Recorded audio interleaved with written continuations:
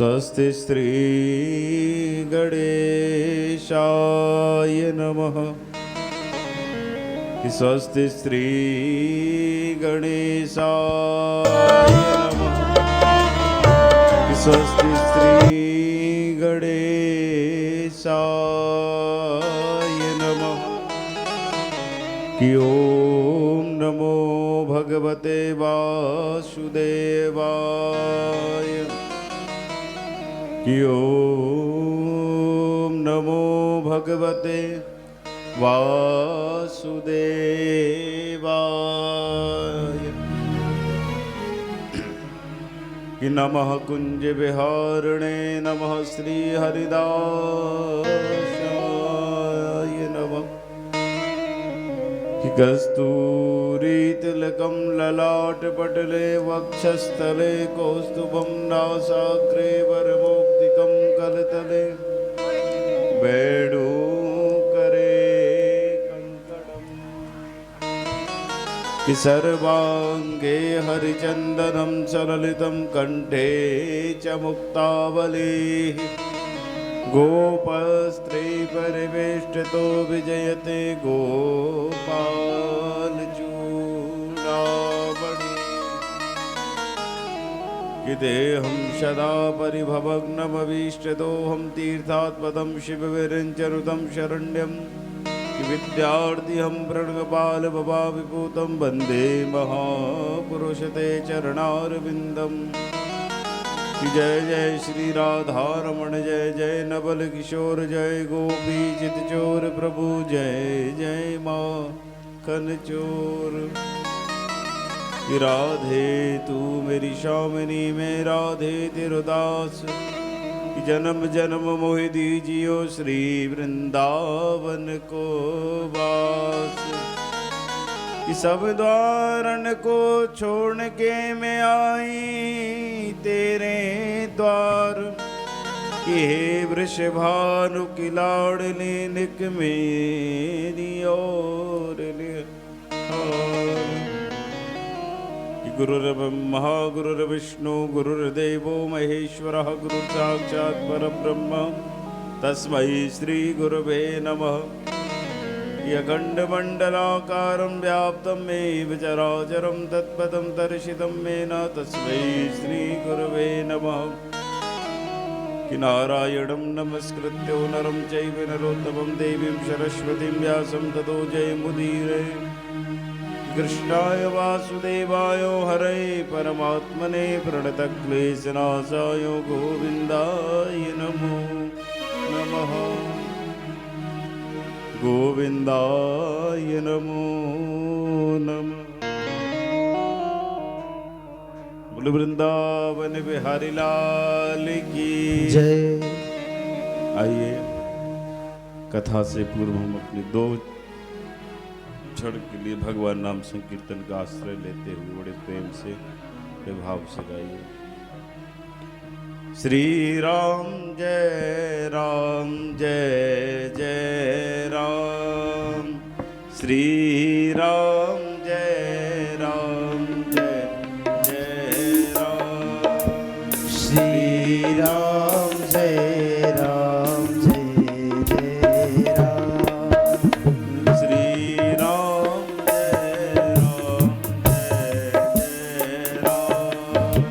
श्री राम जय राम। श्री राम जय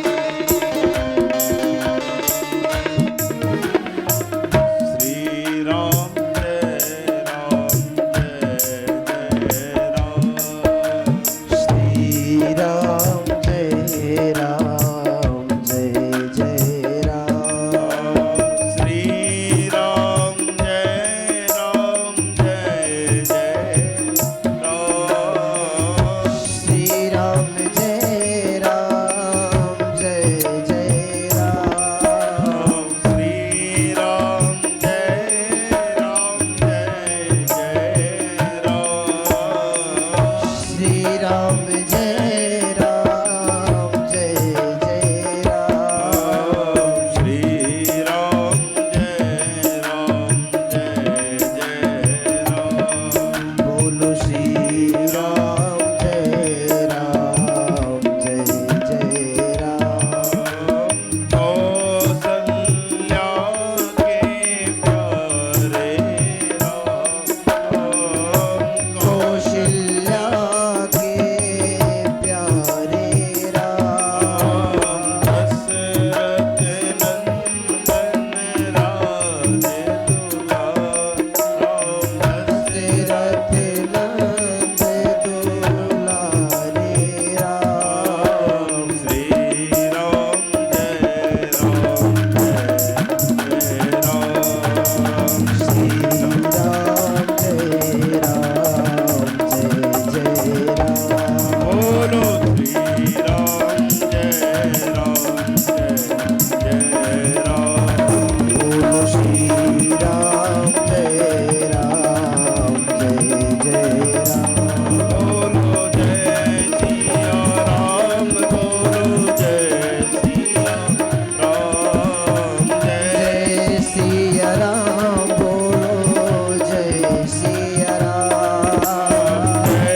सिया राम बोलो जय सिया राम जय सिया राम बोलो जय सिया राम जय सिया बोलो जय सिया राम बोलो जय सिया राम बोलो जय सिया जय सिया राम बोलो जय सिया राम जय सिया राम जय सिया राम बोलो जय जय हो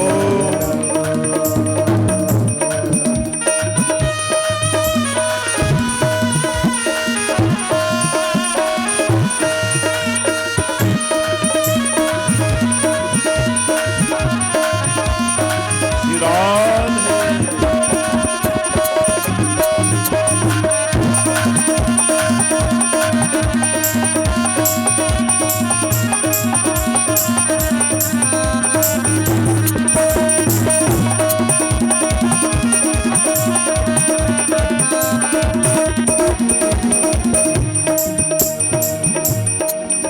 जय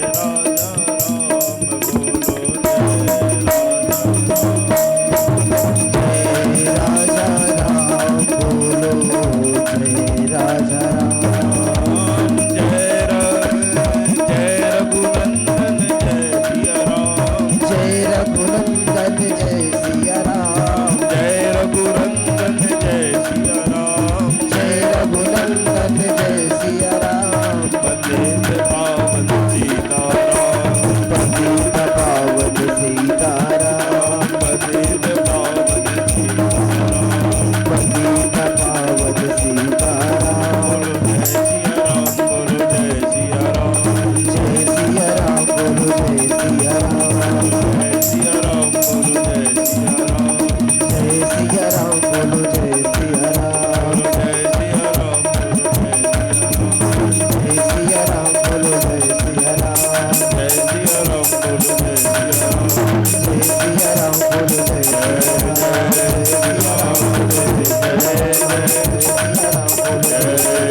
सिया राम बोले राजा रामचंद्र भगवान की जय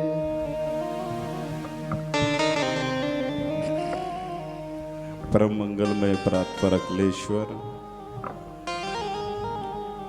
नंद नंदन यशोदा नंदन की प्रति वांग्मय अवरुद्ध स्वरूप श्रीमद् भागवत के दिव्यादि दिव्य प्रसंगों को श्रवण करते हुए अपने जीवन को कृतार्थ कर रहे हैं।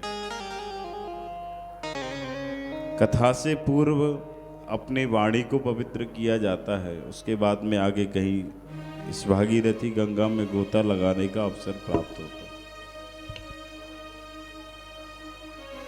इस तीर्थराज की पावन भूमि, जिस भूमि में माँ गंगा, यमुना, माँ सरस्वती स्वयं इनकी धारा यहाँ बह रही है, उन सब की गोद में बैठकर आज हम सबको चतुर्दिन की पावन कथा में हम लोग, आप और हम सब प्रवेश कर रहे हैं, अपनी वाणी को पवित्र कर रहे हैं, भगवान की भागीरथी गंगा में गोता लगा रहे हैं, उनकी गोद में बैठकर दिव्य कथा का आनंद ले रहे हैं। ऐसी दिव्य श्रीमद् भागवत कथा है। जन्मांतरेद भवेत पुण्यम तदावि भागवती लभेत।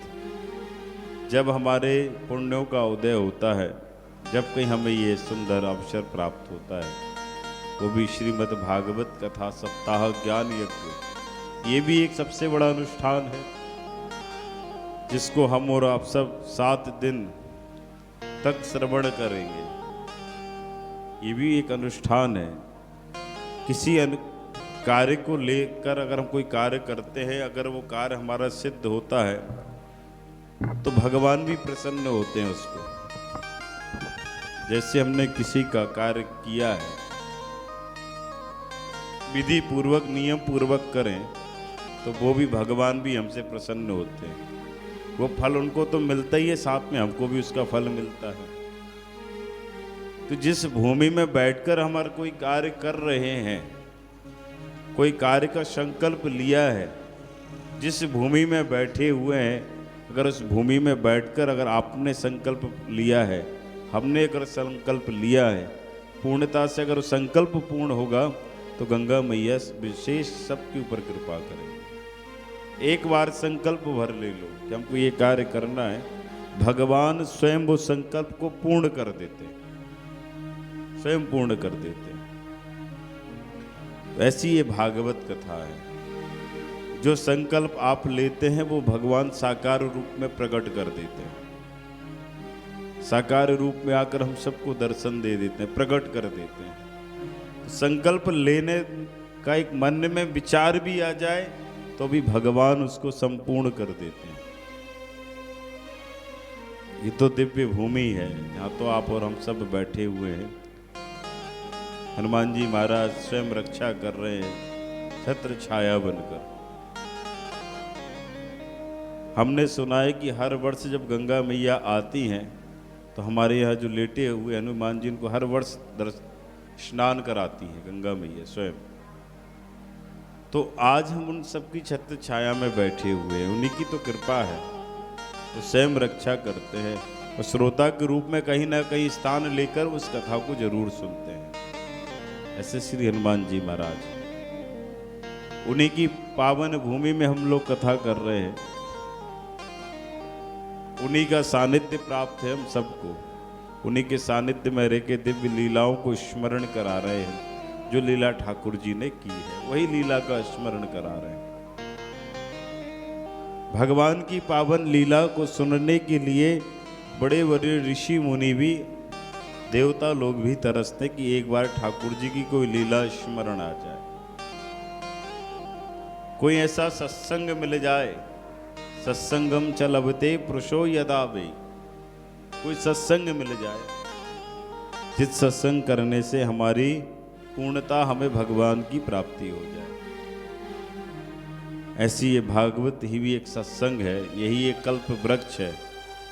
जैसे श्री जी संस्था में हम और आप सब बैठे हुए हैं, ये श्री जी संस्था है, ये एक वृक्ष लगा हुआ है और उस वृक्ष की छत्र छाया में हम और आप सब बैठकर दिव्य कथा का लाभ ले रहे हैं। संस्था ने तो बढ़िया व्यवस्था कर दी, मगर उस संस्था के नीचे बैठकर हम स्वयं कथा को सुन रहे हैं। उनका जो कार्य था उन्होंने पूर्ण कर दिया। उस वृक्ष के नीचे आप और हम सब बैठकर भागवत कथा की भागीरथी गंगा में डुबकी लगा रहे हैं। देखिए, कथा की आवाज तो दूर दूर तक जा रही होगी, लोग सुन ही रहे हैं, यूट्यूब चैनल के माध्यम से सुन रहे हैं। जो फल आपको घर में बैठने से मिलेगा अगर वही 7 दिन आप आकर अगर यहाँ बैठेंगे तो आपको उससे कई गुना फल प्राप्त होगा। वहाँ से कथा सुनना और यहाँ की कथा सुनना बहुत फर्क है। यहाँ से तो आनंद आपको मिलेगा ही, और वहाँ से भी आपको आनंद की प्राप्ति होगी। जो आनंद यहाँ मिलेगा वो वहाँ नहीं मिलेगा, क्योंकि भगवान आनंद ददाति थी आनंद है। जो सबको अपना सर्वस्व लुटा रहे हैं वो आनंद स्वरूप भगवान कृष्ण, जिनके स्वरूपों का हम और आप सब चिंतन कर रहे हैं, का वर्णन कर रहे हैं, उनकी चिंतन का स्मरण कर रहे हैं, वही ठाकुर जी आज अपनी दिव्य लीलाओं से हम सबको मोहित करते हैं। वही लीला से भगवान हम सबको कुछ सीख देना चाहते हैं कि जो लीला मैंने की है वो लीला कोई और करेगा तो शायद भक्त समझ नहीं पाएंगे। इसलिए इस लीला का चिंतन कर ले तो वो व्यक्ति समझ जाएगा। भगवान कोई ना कोई लीला करते हैं।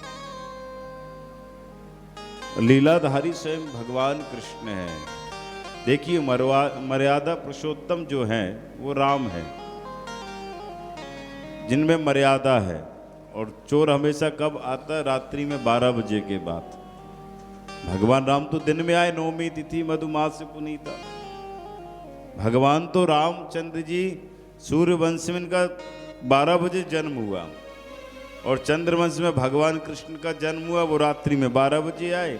भगवान राम रात्रि में दोपहर में 12 बजे आए। तो सूर्य और चंद्र एक साथ नहीं हो सकते। एक बार सूर्य के पास चंद्र जी रोते हुए गए, बोले महाराज कोई ऐसा भी हमें भी कोई अवसर दे दो जिससे हमारा भी कुछ कल्याण हो जाए। तो भगवान सूर्य वंश में भगवान राम आए। उसी वंश में एक राजा ने, भगवान सूर्य वंश के राजा कहते हैं चिंता मत करो, जब समय आएगा तो आप स्वयं कृष्ण बनकर आएंगे और आपका जन्म होगा वो चंद्र वंश में होगा। अभी तो मैं सूर्य वंश में आया हूं, आगे जब आऊंगा तो चंद्र वंश में आऊंगा। तो वही नारायण राम बनकर आते हैं, वही राम कृष्ण बनकर आते हैं, इनमें कोई अंतर नहीं है। भगवान ने विविध विविध रूप धारण करके भक्तों की रक्षा की है। सब भक्तों को कहीं ना कहीं कोई सहारा दे दिया है। इस सहारे पे चलो, भगवान कृपा जरूर करते हैं। इसलिए भगवान राम मर्यादा पुरुषोत्तम है और भगवान कृष्ण चंद्रवंशी हैं। भगवान इसलिए चोर हमेशा आता है तो रात्रि में आता है। भगवान चोर बनकर आए वो भी रात्रि में 12 बजे। भादों का महीना आया, अष्टमी तिथि आई, बुधवार का दिन आया, जब कहीं भगवान का जन्म हुआ। आज यहाँ भी इतने एक थोड़ा सा लाला की बधाई गाएंगे क्योंकि आज चौथा दिन है। लीला तो उनकी चल ही रही है और आज उन्हीं की कथा और उन्हीं का कोई उत्सव ना हो। वैसे तो उत्सव तो चल ही रहा है ये तो, पर कहते हैं उनका ही उत्सव ना हो, उनका ही गान ना हो तो फिर क्या मतलब है। इसलिए भैया लाला का भी कोई उत्सव मनाएंगे। तो भगवान किसी न किसी विविध रूप में दर्शन देते हैं, भक्तों को तारने के लिए आते हैं, भक्त को तार के चले जाते हैं, भक्तों को पता भी नहीं चलता। अहम भक्त पराधीना, भगवान कहते हैं मैं भी भक्तों के अधीन हो जाता हूँ। जो भक्त मुझे जैसे पुकारता है मैं उसी प्रकार उसको भाव में दर्शन दे देता हूँ, जो भक्त मुझे जैसे पुकारता। इसलिए भगवान माया का रूप धरकर भक्तों की रक्षा करने के लिए स्वयं साकार रूप में प्रकट हो जाते हैं, स्वयं साकार रूप में हो जाते हैं। क्योंकि हमारे इस धर्म में भगवान ने कहा कि हमारे धर्म जो है, धर्म की प्रति जिसकी आस्था होगी, जो धर्म को जानेगा, जो धर्म को पहचानेगा, भगवान उसी का तो साथ देते हैं। धर्म, अर्थ, काम और मोक्ष, ये तो 4 प्रकार के पुरुषार्थ हो गए हैं। कौन कौन से? धर्म, अर्थ, काम और एक मोक्ष। ये 4 प्रकार के पुरुषार्थ हैं। हमारे शरीर में 9 द्वार हैं। 9 द्वार पर देही। 5 ज्ञान इंद्रियां हैं, 5 कर्म इंद्रियां, मन, बुद्धि, चित्त, अहंकार। इस शरीर में 9 द्वार हैं। 9 द्वार में भगवान कहते हैं शरीर का ही वर्णन 9 ही द्वार है। 9 द्वार पर देही। एक 5 फण वाला सर्प जिसको कहते हैं पंच प्राण। बुद्धि को क्या कहते हैं? जरा देवी। बुद्धि को कहते हैं जरा देवी। एक दिन किसी ने आक्रमण कर दिया, किसी राजा ने, तो 360 काले दिन होते हैं, 360 गोरे दिन होते हैं। तो ये क्या है? बोले ये दिन है, ये रात्रि है। 360 काले 360 गोरे, ये तो दिन और रात्रि हो गई। पंच प्राण क्या है? 5 फण वाला जो सर्प है उसी को कहते हैं पंच प्राण, जो हमेशा हमारी रक्षा करता है। और बुद्धि, बुद्धि जैसा कहती वैसे ही हम कार्य करते हैं। इसको जरा बोल दिया, जड़ चेतन गुण दोष में, इसलिए बुद्धि का नाम जरा देवी पड़ गया। तो कहते महाराज ये पंच प्राण 9 द्वार के अंतर्गत ही शरीर ही क्या 9 द्वार पर दे ही है। कहते 9 द्वार में ही हमारा संपूर्ण शरीर है। थोड़ा सा कठिन होगा। 9 द्वार में जो हमारा शरीर है यही 9 द्वार है। 2 आंखें हैं, 2 कान है, 2 नाक है। और बोले जब शरीर का वर्णन करेंगे तो जो शरीर ही हमारा पूरा भरा हुआ है। जैसे कहते हैं व्यक्ति जब किसी से अतः भक्ति करने लगता है तो वो भगवान के प्रति जब सेवा करता है, भगवान को जब मानता है, तो कहते हैं भगवान भक्तमय बन जाता है। फिर वही स्वरूप उस भक्त का दर्शन करता है। जैसे कोई सेवा कर रहा है ठाकुर जी की, तो कुछ दिन बाद वो स्वरूप उसका वही हो जाता है। सेवा करते करते भगवान अपना भाव दे देते हैं। मैं सेवा करता हूं तो मुझे ठाकुर जी की जो स्मरण होता है वो मैं करता हूं। तो भगवान भी कहते जैसे आप रहते हो वैसे ही आप मुझे रखो। भागवत में आती है कथा कि एक पुरंजन नाम का और एक अभिज्ञात नाम के दोनों बड़े परम मित्र थे। ये बड़े इतने दिव्य मित्र थे कि एक दूसरे के बिना कभी कहीं बाहर जाया नहीं करते थे। मगर समय आने पर ऐसी परिस्थिति बनी कि इतना आसक्त हो जाने के कारण उसको पुनः वही शरीर मिला।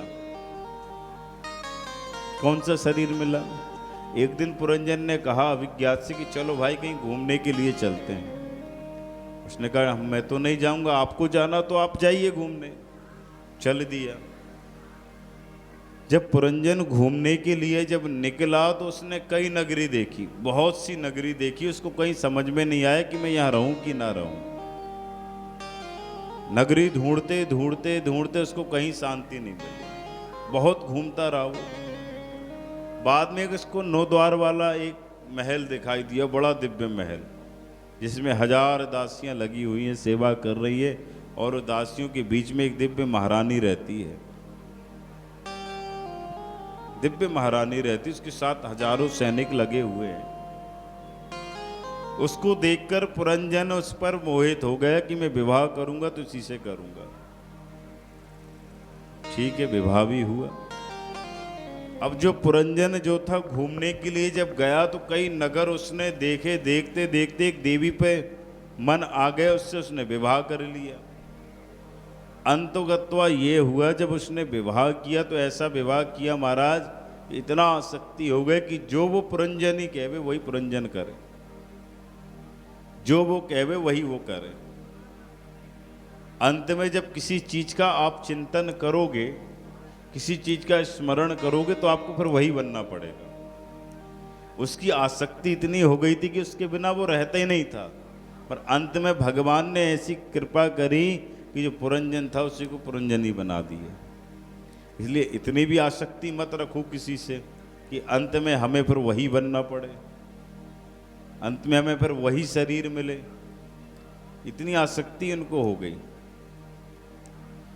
फिर एक चंडवेग नाम के राजा थे, रात्रि में चढ़ाई कर दी, युद्ध हुआ, दोनों मारे गए। भगवान दिव्य रूप धारण किए और जब पुरंजन जब उसमें मारा गया तो पुनः शरीर उसका वही मिला, पर आसक्ति के कारण उसकी बुद्धि घूम गई। इतनी आसक्ति उसके अंदर हो गई। तो ये शरीर ही हमारा नौ द्वार है। इस शरीर से भजन भी होता है, सत्संग भी सुनने को मिलता है, सुंदर सुंदर कथाएं सुनने को मिलती हैं, दिव्य लीलाएं सुनने को आपको मिलती हैं। हमारे शरीर को सत्संग से जोड़ दो। जब आप शरीर को सत्संग से जोड़ेंगे तो आपके ऊपर भगवत कृपा वैसे ही हो जाएगी, क्योंकि ये भगवत कृपा बड़ी सुलभ है। ऐसी कृपा नहीं होती है। किसी जीव के ऊपर अगर कृपा होगी तो वो एकदम सदैव रूप से कृपा हो जाएगी। तो आसक्ति का कारण क्या हुआ कि अंत में आपको फिर वही बनना पड़ेगा। इसलिए किसी से प्रेम करो तो इतनी भी आसक्ति मत कर लो कि अंत में तुम्हें फिर पुनः वही शरीर मिले। जिसका चिंतन करके आप मरोगे वो आपको अंत में वही बनना पड़ेगा। आप जिसका भी चिंतन करो। भरत जी महाराज जी को एक हिरण्य की बच्ची में आसक्ति हो गई थी। इतनी उसकी सेवा करी, इतनी सेवा करी, अंत में चिंतन करते करते शरीर छूट गया, उनको पर वही बनना पड़ा। हमारे इस भारत देश में 3 भरत हुए हैं। एक तो रामा अवतार में भरत हुए हैं, एक भरत हुए शकुंतला के पुत्र, और एक भरत हुए हैं श्री भागवत जी में, जिसमें ऋषभ देव जी के 100 पुत्रों का वर्णन आया है। उसमें एक भरत यहाँ भी आए हैं। तो कहते हैं ये तीनों भरत मिलकर जो पूरा भारत देश बना। कल 26 जनवरी थी ना, तो ये भारत देश जो है 3 भरत से मिलकर इसका नाम पूरा पड़ा भारत देश। 3 भरत मिलकर आए जब ये पूरा भारत देश पड़ा। जोर से बोले राधे राधे। तो किसी के प्रति इतनी भी आसक्ति मत कर लो कि अंतवगत्वा आपकी वही आपको मृत्यु की ओर ले जाए, वही फिर बाद में आपको भटकना पड़े। इसलिए प्रेम करो तो भगवान से करो, श्री राधा रानी से करो। जिनसे तुम्हारी आसक्ति भी लग जाए तो अंत में गत्वा तुमको उनके श्री जी के चरणों में ही तुमको जाना पड़े, वे हरि जी के ही धाम तुमको जाना पड़े। अगर आसक्ति करना तो उनसे करो, भगवान से प्रेम करो। भगवान तुम्हें तुरंत उसी वक्त तुम्हें उसका प्रत्यक्ष प्रमाण भी दे। अगर आप भगवान को आप जितना आपको, इसलिए प्रेम करो तो भगवान से करो। ज्यादा किसी में प्रति आसक्ति रखोगे तो अंत में मरोगे तो फिर वही बनना पड़ेगा। इसलिए ऐसा काम ही मत करो। जड़ भरत जी की पावन प्रसंग आपने सुना ही है। भरत जी महाराज जी बाद में ऐसी, ये पुरंजन है, ये हमारा शरीर ही पुरंजन है। यही हमारा शरीर ही हमारा सब कुछ है। 5 ज्ञान इंद्रियां हैं, 5 कर्म इंद्रियां हैं, 1 मन। जैसे 11 क्रिकेटर होते हैं ना, ऐसे ही ये शरीर है हमारे अंदर। 5 ज्ञान इंद्रियां हैं, 5 कर्म इंद्रिय, 1 मन। ये तो 11 हो गए। चित्त, बुद्धि और अहंकार। थोड़ा सा भी जहाँ अहंकार आया तो कहते हैं भगवान वहाँ 1 मिनट भी नहीं रुकते, तुरंत वहाँ से भग जाते हैं। जहाँ आया अभिमान और वहाँ से खिसक गए भगवान, फिर वहाँ भगवान थोड़ी देर भी नहीं रुकते। जिस भक्त के हृदय में भगवान के प्रति थोड़ा सा भी अभिमान आया, किसी के प्रति थोड़ा सा भी क्रोध आया, तो कहते भगवान क्षण मात्र भी उस घर में नहीं रुकते, वहाँ 1 क्षण नहीं रुकते ठाकुर जी। इसलिए जो प्रेम आप अपने बच्चों से करते हो वही प्रेम भगवान से करो। जो चीज आप अपने बच्चों को खिलाते वही चीज भगवान को खिलाओ। वही वस्तु जो आप लाते भगवान को अर्पण करने के बाद स्वयं धारण करो, तो भगवान प्रसन्न होते हैं कि ये भक्त मुझे बहुत मानता है। इसलिए भगवान भी भक्तों के अधीन हो जाते हैं। जो भक्त जैसे भगवान को पुकारता है उसी प्रकार से भगवान उस भक्त को हमेशा उसके हृदय में विराजमान रहते, हमेशा उसको याद करते हैं। जैसे हमारे वृंदावन में आज से काफ़ी साल पुरानी बात है, ये सुदामा कुटी है एक। मैंने किसी महापुरुष के मुखारबिंद से एक कथा सुनी है कि कहते हैं वहाँ पे एक टाट बाबा रहते थे। टाट बाबा टाट धारण करते थे वो। अब उनका नियम कितना अच्छा है कि संत लोग जब प्रसाद पा लें, वो प्रसाद पाने की बात जो पत्तल में बचता है, जो झूठन जो बचती है संतों की प्रसादी जिसको बोलते हैं पत्तल में, वो उनका नियम था रोज पाने का। हजारों संत रोज आते हैं, रोज भोग लगाते हैं, रोज प्रसाद पाते हैं। और प्रसाद पाने के बाद वो संत का नियम है कि पत्तल में जो बचता है वो उसको लेकर फिर उसको पाते हैं। किसी भक्त ने उनसे, किसी महापुरुष ने पूछा, आप ये क्या करते हो? सबका आप झूठन खाते हो? वो टाट बाबा बोले, ये झूठन नहीं है, ये संतों की शीत प्रसादी है जो बची हुई है, मैं उसी को पाता हूँ। उसको पाने में मुझे बड़ा आनंद आता है। नित्य प्रतिदिन उनका नियम है, हजारों संत भोजन कर लें, उसके बाद में वो जाकर कहीं भोग लगाते हैं, उस सब पत्तलों में थोड़ा थोड़ा उठाएंगे और उसके बाद में फिर स्वयं पाएंगे। तो कहीं ना कहीं भगवान किसी भक्त को कोई संदेशा देना चाह रहे हैं और उनका नियम बन गए रोज सब संतों के झूठा प्रसाद पाना। टाट धारण करते थे। कई संतों ने कहा, ये तुम क्या करते हो? पत्तल उठाएंगे, सेवा करेंगे, जो बचेगा तो स्वयं खाएंगे। कहते भैया ये तो अमृत के समान है, इसको अमृत कहते हैं। किसी संत महापुरुष का प्रसाद पाना सबसे बड़ा अमृत तो वही है। किसी संत महापुरुष, किसी ब्राह्मण का झूठन खाना वो महाप्रसाद है, उसको खाओ देखो। तो वो संत भगवान रोज का नियम बन गए कि संतों की पत्तल में से झूठन उठा के खाना, उसको कहते हैं शीत प्रसादी। उनका नियम था। सब संतों के थाली में से कुछ कुछ उठाते और फिर खाते पेट भर। दिन भर भूखे रहते हैं, शाम को कहीं वो भोजन करते हैं। कहते हैं इन सब में भगवान का वास है। जितने भी संत हैं इनमें किसी ना किसी में कोई ना कोई रूप दिखता है। टाटा बाबा को कोई ना कोई भगवान का रूप दिखता है। अगर उनने भोग नहीं लगाया तो इनके अंदर बैठे हुए ठाकुर ने भोग लगाया, वही प्रसाद में पाऊंगा जो उन्होंने पाया। तो कहीं ना कहीं कृपा करते हैं ठाकुर। इसलिए भगवान से प्रीति लगा लो, भगवान से लगन लगा लो, ठाकुर जी जरूर कृपा करते हैं। भगवान से जहाँ एक बार आपकी प्रीति लग गई, श्रद्धा, आपका विश्वास भगवान से जोड़कर तो देखिए भगवान कैसे करुणामय कृपा करके हम जीवों को तार देते हैं। एक बार वो भक्त बनकर तो देखिए। आप अगर भक्त भगवान के बन सकेंगे तो भगवान आपके ऊपर सदैव कृपा करेगा। जोर से बोलो राधे राधे। सदैव कृपा करेगा।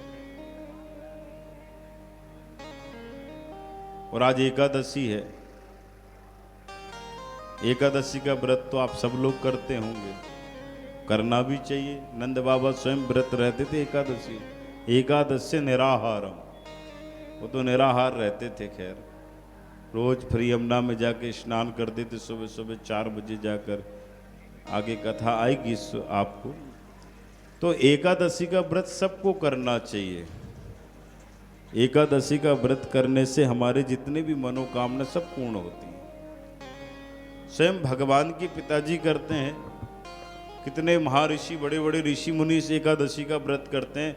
भगवान नारायण कृपा करते हैं ऊपर जो एकादशी का जो व्रत करता है। एकादशी की बड़ी महिमा है। आप लोग एकादशी का व्रत करें, फिर पुनः दूसरे दिन द्वादशी को किसी ब्राह्मण को भोजन करा के उसको दक्षिणा देकर फिर आप लोग व्रत खोलें, पुण्य मिलता है उससे बहुत। नहीं खिला सकते तो किसी ब्राह्मण को दक्षिणा दे दो, उसके चरण छू लो। हमारा एकादशी का व्रत तो संपूर्ण हो। नियम तो यही है कि एकादशी का व्रत करो तो कहते हैं कि यथाशक्ति आप जैसे कर सकते हो। 1 टाइम फलाहार ले लो, 2 टाइम फलाहार ले लो और दूसरे दिन फिर भोग लगाओ ठाकुर जी का। और व्रत फिर उसके बाद में किसी ब्राह्मण को बुलाओ। और कोई ब्राह्मण नहीं, किसी महापुरुष संत को दक्षिणा दे दो, प्रणाम कर लो, हमारा व्रत पूर्ण हो, आशीर्वाद दे दें वो ब्राह्मण देवता आपको। फिर जाके ठाकुर जी को भोग लगाओ, फिर आप पाओ प्रसाद, आपका व्रत पूर्ण हो जाएगा। जब तक शरीर है कुछ ना कुछ करते रहना चाहिए। हमसे जितना बनता है हम करते हैं। हमसे जितना बन जाए उतना हमको करना चाहिए, जितना बन जाए। इसलिए एकादशी का व्रत सबको करना चाहिए। और ये माघ महीना चल रहा है, इसमें एकादशी की बड़ी महिमा है और हम सबको कितना अच्छा अवसर प्राप्त हुआ है कि इस माघ महीने में दिव्य गंगा स्नान हमको मिल रहा है, कथा सुनने को मिल रही है, सत्संग मिल रहा है, संतों का दर्शन करने को मिल रहा है। और इससे बड़ी कृपा क्या हो सकती है? माँ गंगा की गोद में बैठकर हम 1 महीने का कल्पवास कर रहे हैं। सबसे बड़ी कृपा तो ये है, जब तक गंगा मैया किसी पर कृपा नहीं करती ना तो वो आ भी नहीं सकता। जब गंगा मैया कृपा करती तो भक्त दौड़े चले आते हैं। फिर जब तक उनकी कृपा ना हो जाए तो जीव वहाँ से हिल नहीं सकता। जब वो आ जाएगा तो समझो उसके ऊपर जीव की पूर्णतः कृपा हो गई है कि गंगा मैया इसके ऊपर तुरंत कृपा कर देती है, कहीं ना कहीं कृपा करती हैं, सहज भाव में कृपा कर देती हैं। इसलिए गंगा मैया हम सब के ऊपर कृपा करें। इसी हर वर्ष आपको बढ़िया माघ मेले का देव उत्सव मिले, देव गंगा स्नान मिले, कथा मिले, यही सब कुछ चाहिए। और चाहिए क्या है हमको? भगवान से भगवान को मांग लो। भगवान से भगवान को मांगोगे तो भगवान तुम्हें थोड़ा ना दे के अथाह दे देंगे, इसमें आपके घर में भी नहीं समाएगा। सुदामा जी को सुना आपने? सुदामा जी भगवान ने दिए लियो कुछ ना है, जब घर गए तो सुदामा जी अपना ही घर भूल गए कि मेरा घर है कहाँ।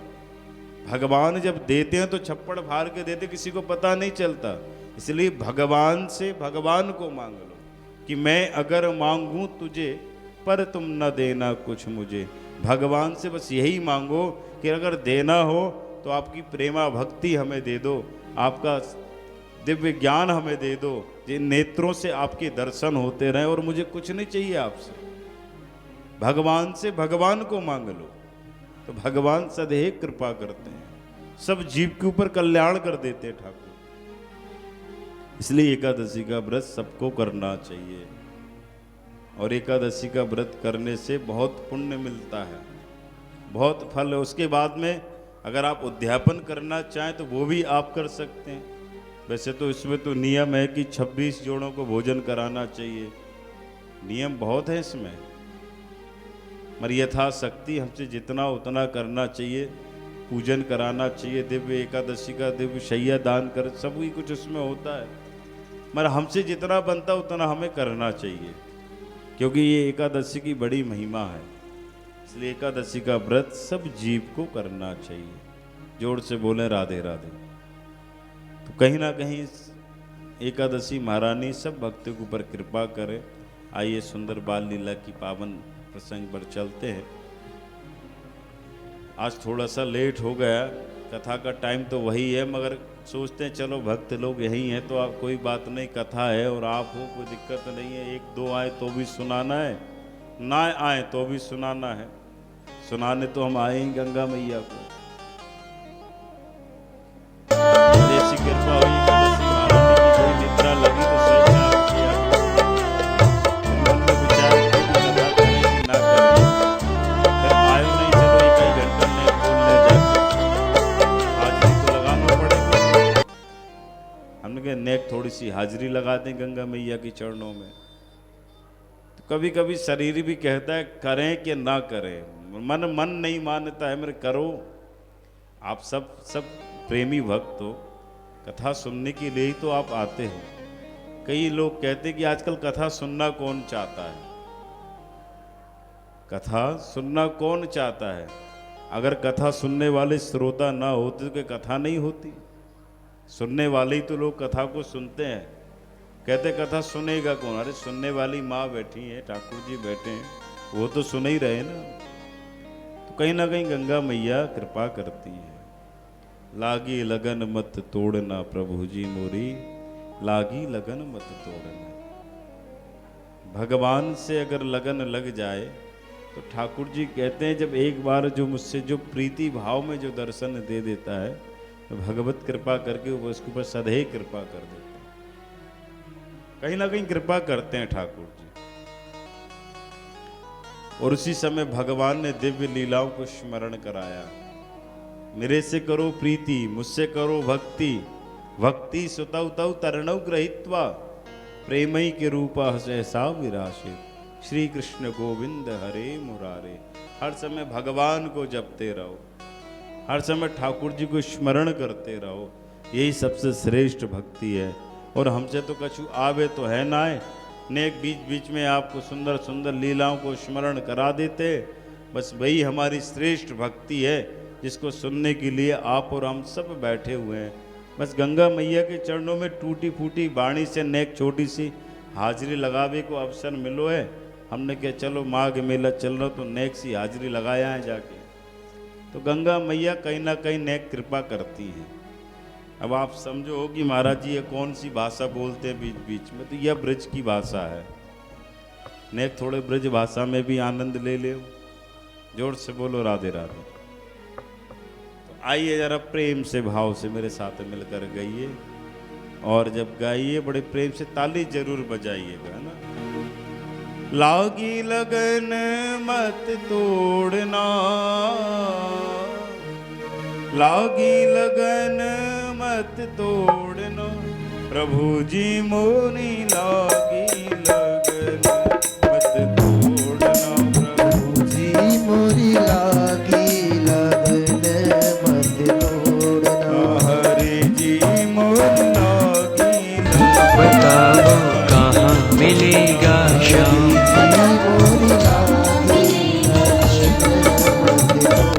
बताओ लागी लगन मत तोड़ना, प्यारे लागी लगन मत तोड़ना, घायल कर देती है दिल को, घायल कर देती है दिल को, घायल कर देती है दिल को, घायल कर देती है दिल को।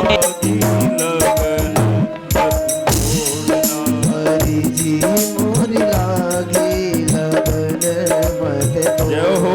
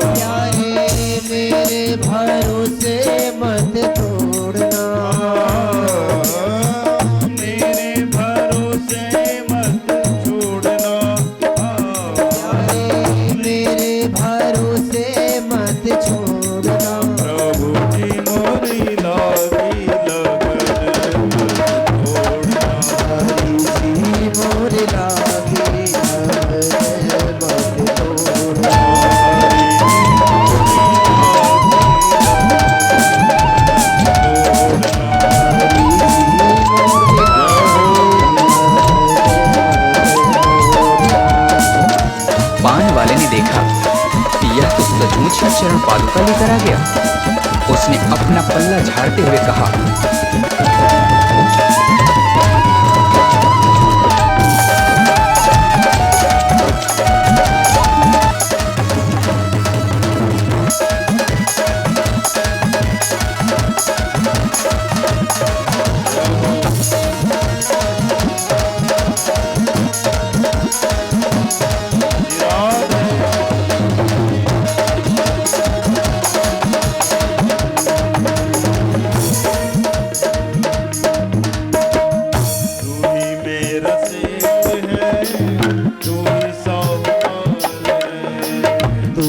मेरा सेठ है तू भी साहूकार है, तू ही मेरा सेठ है तू ही साहूकार है।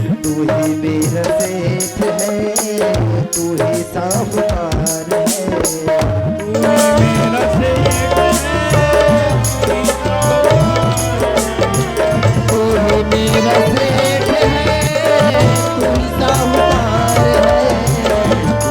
मेरा सेठ है, तू ही साहूकार है। तू ही मेरा सेठ है, तू ही साहूकार है। ब्याज से ब्याज मत जोड़ना, मेरे प्यारे ब्याज पे ब्याज मत जोड़ना। ब्याज से ब्याज मत जोड़ना, प्यारे ब्याज पे ब्याज मत जोड़ना। हरि जी मोरी लागी हरि जी मोर लागी नगर मत जोड़ना। प्यारे लागी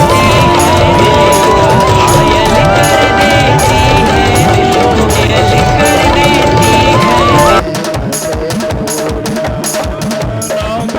मत छोड़ना। प्यारे लागी लगन मत छोड़ना।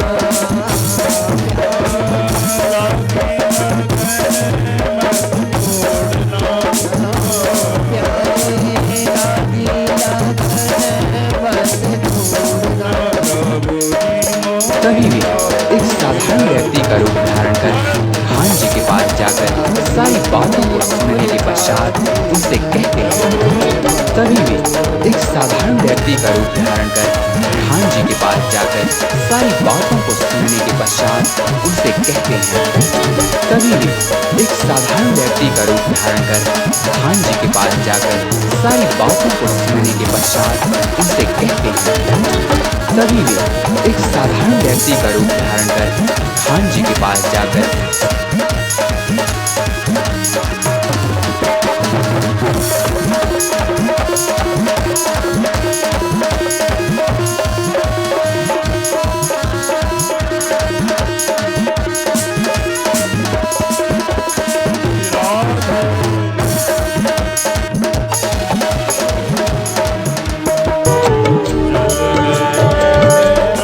श्री कृष्ण ने देखा कि यह भक्त मुझे नन्हे श्याम के रूप में ढूंढ रहा है। वह तो मुझे इस रूप में पहचान भी नहीं पाएगा। श्री कृष्ण ने देखा कि यह भक्त मुझे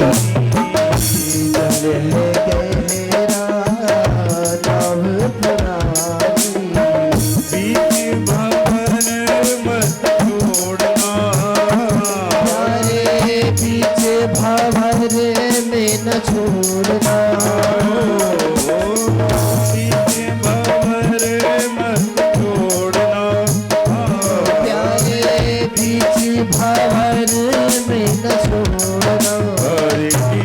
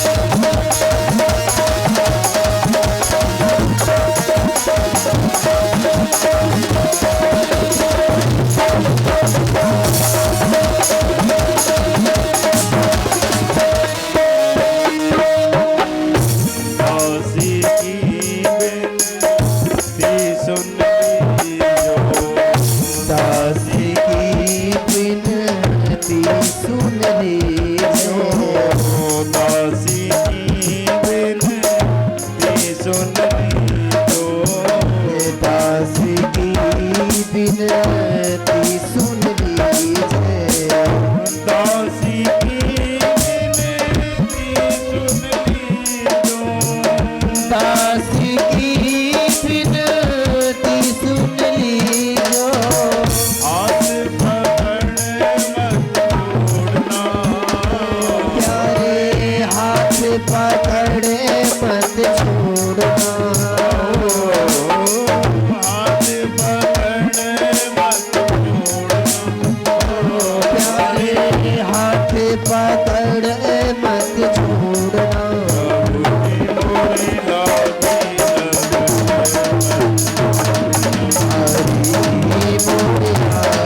लगन मत छोड़ना।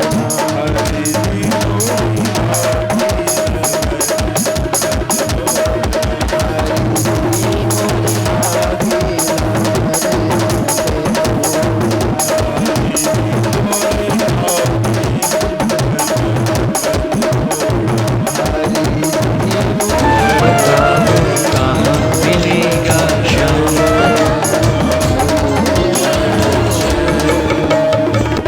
बताओ कहाँ मिलेगा श्याम। बोले वृंदावन बिहारी लाल की। जय हो। ऐसो लगे ये ओस्ती में नेक ज्यादा ही शहद मिल जाती तो और ज्यादा मिठास आ जातो जाके साथ साथ। जोर से बोलो राधे राधे।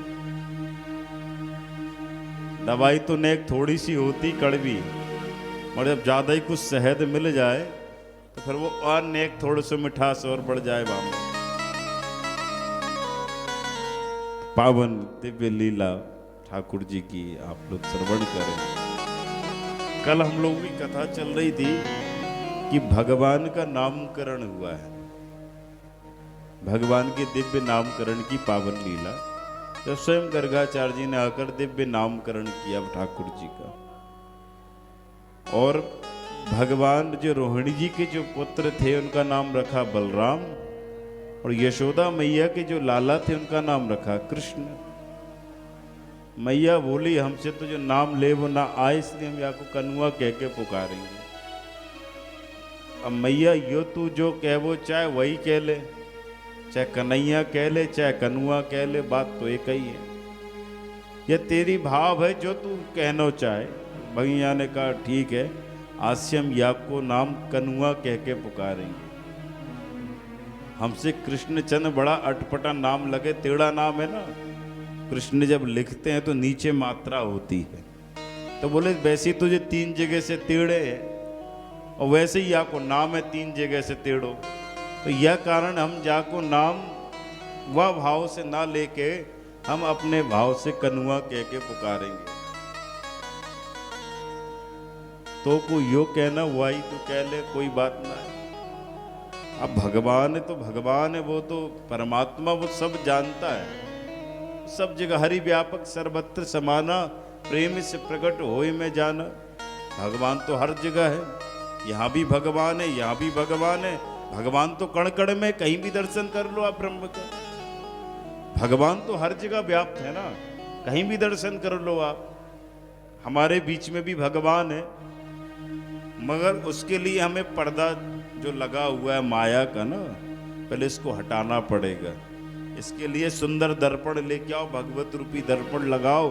जब वो दर्पण से आप देखोगे तो अंदर की जो भगवत प्रेम विपाशा है, जो भगवत प्रेम जगाने की जो विपाशा है, जिसके अंदर भगवत प्रेम की विपाशा जाग गई हो, इसके अंदर प्रेम ही प्रेम भरा हो, उसको ठाकुर जी का दर्शन करने में थोड़ा सा भी किंचित मात्र भी समय नहीं लगेगा। कहीं ना कहीं श्री राधा रानी की, कहीं ना कहीं बिहारी जी की कृपा उसके ऊपर हो ही जाए। भगवत प्रेम का पिपासु बनकर प्रेम रस को पियोगे तो कहीं ना कहीं सहज रूप में भगवत कृपा आप सबके ऊपर हो जाएगी।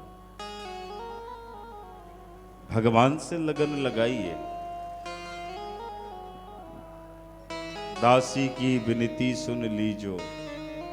तो भगवान श्री राधा रानी से कहेंगे तो कभी वो तुम्हारा हाथ छुड़ाकर नहीं भागेंगी, तुम्हारा हाथ पकड़ कर रखेंगे। कहा ना, दासी की विनती सुन लीजियो, हाथ पकड़ मत छोड़ना। फिर राधा रानी हाथ जब जिसका पकड़ लेती है ना, फिर छोड़ती नहीं। जैसे भगवान को जब पूतना मौसी आई, ठाकुर जी को जब आकाश में ले गई, तो भगवान ने क्या कहा, अरे मौसी छोड़ दो छोड़ दो। तो मौसी तो यहाँ चीख भर रही है। भगवान कहते मौसी जी या को अगर एक बार पकड़ लेते तो कभी छोड़ते नहीं है। एक बार अगर किसी ब्रह्म को पकड़ लिया तो फिर उसको तार के ही छोड़ते हैं। अब मौसी जी हमने पकड़ तो लिया, हमसे छोड़वो ना आवे। तो जो ही मौसी ने जब जोर से पकड़ो तो दे खटका गिरी तो नीचे कई वृक्ष ले गई। अब हमारे ब्रज मंडल में 3 किलोमीटर को शायद 1 कोस कहवे, हमारे यहाँ तो किलोमीटर चले, हाँ तो कोस चलता है। तो वह कहते हैं कि जो पूतना मौसी थी वो 7 गव्यों यानी 7 कोस में जाकर गिरी। अब ऐसे ब्रज के भाव है कि मुड़साने में मुड़ गिरो, पै गांव में पैर गिरे, हाथरस में हाथ गिरे, ऐसे लोग भाव बताते हैं। मर्द त्रिगव्य यानी 7 कोस में वो गिरी। भगवान ने उसका भी उद्धार किया। भगवान जिसको अगर एक बार पकड़ लेते तो छोड़ते ना है, फिर वो या तो पकड़ते नहीं है और अगर पकड़ लिए तो छोड़ते नहीं है। ये विशेषता है उनके अंदर। तो मैया लाला को हर बात से कह के पुकार, भी लाला बोलनो भी ना जाने। अभी लाला को कुछ संस्कार इत्यादि भी ज्यादा ना है भाई, नामीकरण भयो है। यह खुशी में मैया बड़ी प्रसन्न। मैया ने कोई को नौता नहीं दियो। बाद में आई ब्रजवासियों को पता चला कि इनका नामकरण हो गया, तो मैया से आकर बोली, ना यशोदा एक बात बता, आज तक लाला के इतने उत्सव हुए, बड़ी धूमधाम से बनाए, तुमने नामकरण अकेले ही कर लियो, हमें ने खबर भी ना करी, हमें ने बतायो भी ना है तुमने। तो मैया बोली, मैंने यह कारण ना कही कि आए दिन देख तो रहे हो कोई ना कोई उत्पात बड़ी धूम मचाई रहो है। यह खुशी में हमारे मन में भी विचार आयो, अगर हम नेक जाके कह देंगे तो वो नेक थोड़ो अच्छो ना लगेगो। अब पर कोई ना कोई दैत्य रोज लाला को आवे परेशान कर, या डर के मारे हमने अपने रिश्तेदारों तक को ना बुलायो, हमने किसी को निमंत्रण ही ना भेजो जाको। मैंने एक थोड़ी ब्रज भाषा में कथा कर रहा हूं, ध्यान से सुनियो। तो मैया कहवे कि यह खुशी में हमने कोई को निमंत्रण ना दियो अभी तक। इतनी प्रसन्नता, इतनी प्रेम भरी माँ यशोदा। आज स्वयं गर्गाचार्य जी ने जाकर नामकरण किया है, दिव्य नामकरण हुआ है। अब नेक लाला थोड़े से बड़े हो रहे हैं, अभी ज्यादा उम्र ना है, मगर जब बच्चे जब छोटे से थोड़े से नेक बड़े होते तो बड़ा उत्पात मचाते हैं। तो मैया को बड़ा लगता है कि क्या किया जाए। अब एक दिन की बात क्या है कि एक ब्राह्मण देवता मैया के द्वार पे गए, जिसको सोपाकी ब्राह्मण कहते हैं, जो अपने हाथ से बनाकर खाता है। बड़े ध्यान से सुनियो आप।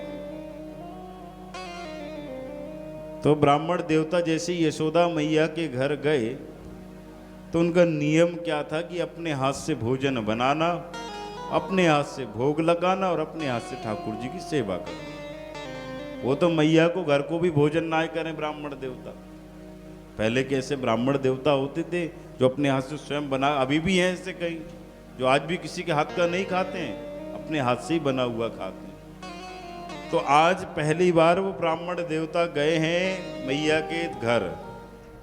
मैया ने बड़ी स्वागत की। मैया ने कहा, वो आज में पहली बार मेरे घर में कोई ब्राह्मण देवता पधारे हैं, अमोह को बहुत अच्छे लगो, लाला को दर्शन करने के लिए आए।